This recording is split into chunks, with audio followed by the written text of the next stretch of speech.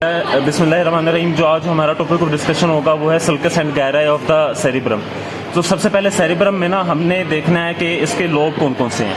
ये anterior lobe है, ठीक है। This is the frontal lobe. Frontal lobe की निशानी क्या होती है कि वो राउंडेड होता है।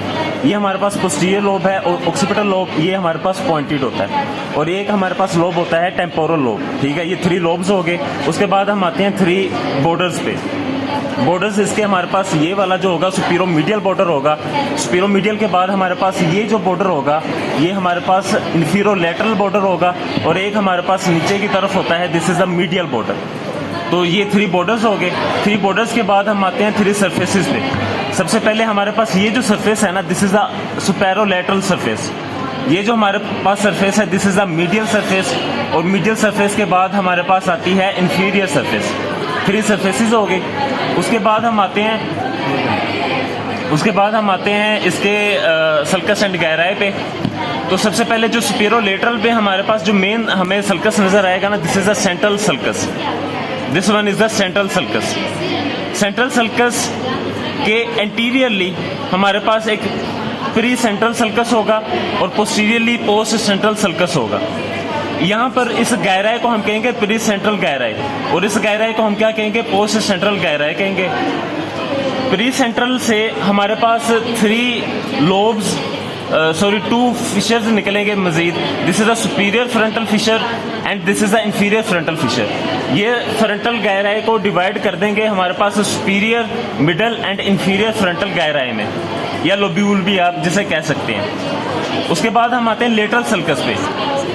ये जो लेटरल सल्कस है ना, ये हमारे पास डिवाइड करता है आपके टेम्पोरल लोब को फ्रंटल या पैरिटल लोब से। लेटरल सल्कस जब यहाँ पर हमारे पास आता है ना, तो ये 3 रेमाई में डिवाइड हो जाता है। एक होता है इसका एंटीरियर रेमाई, एक होता है इसका एंटीरियर असेंडिंग रेमाई और एक इसका होता है पोस्टीरियर रेमाई। अब यहाँ पर हमारे पास था इंफीरियर फ्रंटल गायराई और ये जितना भी पोर्शन था ये था इंफीरियर फ्रंटल लोब्यूल। अब इंफीरियर फ्रंटल लोब्यूल ये 3 रेमाई से डिवाइड हो जाएगा पास ऑर्बिटैलिस में, ठीक है, जो कि एंटीरियर रेमाई के आगे होगा वो पास ऑर्बिटैलिस होगा। यहाँ पर एंटीरियर असेंडिंग और एंटीरियर रेमाई के दरमियान जो ये ट्रायंगुलर ब्लू सा पोर्शन है इसे हम क्या कहेंगे, पास ट्रायंगुलरिस कहेंगे। और यहाँ पर हमारे पास असेंडिंग और पोस्टीरियर रेमाई के दरमियान जो पोर्शन होगा उसे हम पास ओबरक्यूलरिस कहेंगे। तो ये 3 पार्ट्स हो जाएंगे इंफीरियर फ्रंटल गायराई के। उसके बाद हम आते हैं इसकी मीडियल सरफेस पे। मीडियल सरफेस पे हमें जो नजर आएंगे ना, सबसे पहले वो आपने कैल्केराइन फिशर देखना है। This is the calcarine fissure. Calcarine fissure की जो कैल्केराइन फिशर के बाद हमने देखना है that is the parieto occipital fissure. This is the parieto occipital fissure. This one is the parieto occipital fissure. अब कैल्केराइन और पैरेटो ऑक्सीपिटल के बिहाइंड जो एरिया होगा this is called the cuneus. जो सेंट्रल सर्कस हमारे पास आ रहा था ना, ये वाला, इसके अराउंड एक लोब्यूल बन जाएगा। This is the paracentral lobule.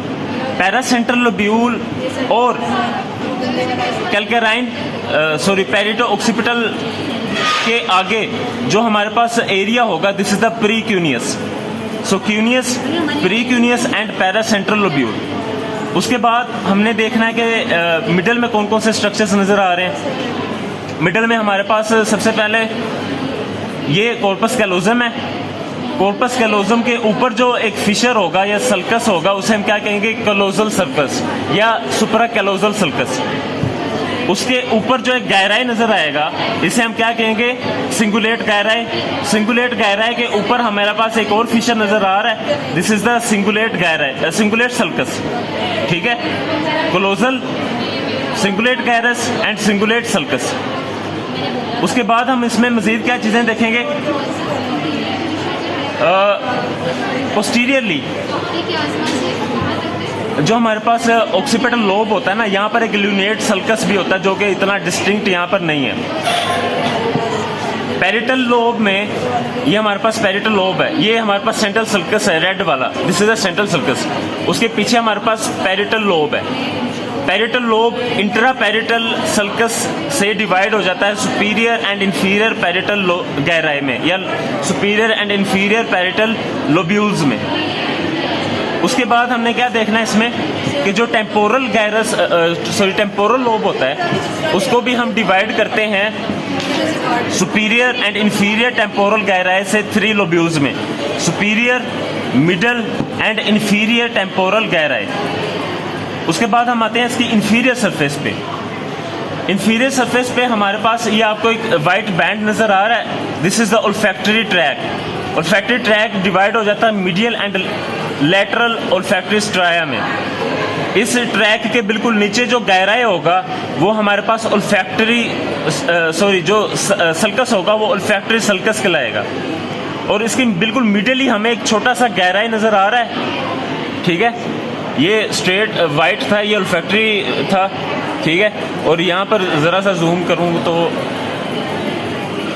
ये हमारे पास वाइट ओल्फैक्टरी ट्रैक है और उसकी मिडिल ही हमारे पास क्या है, एक गहराई है। इसको हम क्या कहेंगे, स्ट्रेट गायरस या गायरस रेक्टस। उसके बाद जो इंफीरियर सरफेस है ना वो बेसिकली 2 पार्ट्स में डिवाइड हो जाती है। एक हमारे पास ऑर्बिटल और एक हमारे पास डिवाइड हो जाती है ये टेंटोरियल। जो ऑर्बिटल है वहाँ पर एक एच शेप सल्कस होता है, ठीक है, जो कि हम रैंडम यहाँ पर एज्यूम करेंगे एच शेप सल्कस।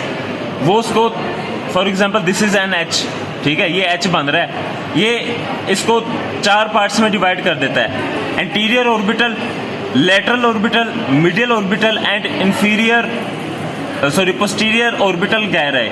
ये 4 गहराई यहाँ पर एच की वजह से बन जाते हैं। उसके बाद हम आते हैं टेंटोरियल पे। टेंटोरियल में जो हमने मेन चीज़ याद रखनी होती है ना वो बेसिकली ये है कि जो यहाँ पर हमारे पास पैरा हिपोकैम्पल गायरस होता है जो कि ब्रेन स्टेम और सेरिबेलम की वजह से नज़र नहीं आ रहा। पैरा हिपोकैम्पल गायरस आगे की तरफ जाके हमारे पास एक यू शेप टर्न बना देता है जिसे हम अनकस कहते हैं, वो भी यहाँ पर नज़र नहीं आएगा क्योंकि सेरिबेलम और ब्रेन स्टेम है। और यहाँ पर एक कोलैटरल सल्कस भी होता है, ठीक है, इस सेरिबेलम के डीप जब हम इसको रिमूव करेंगे वो टेंटोरियल सरफेस पे नजर आएगा। So that was all about the sulcus and gyri of the cerebrum. Thank you.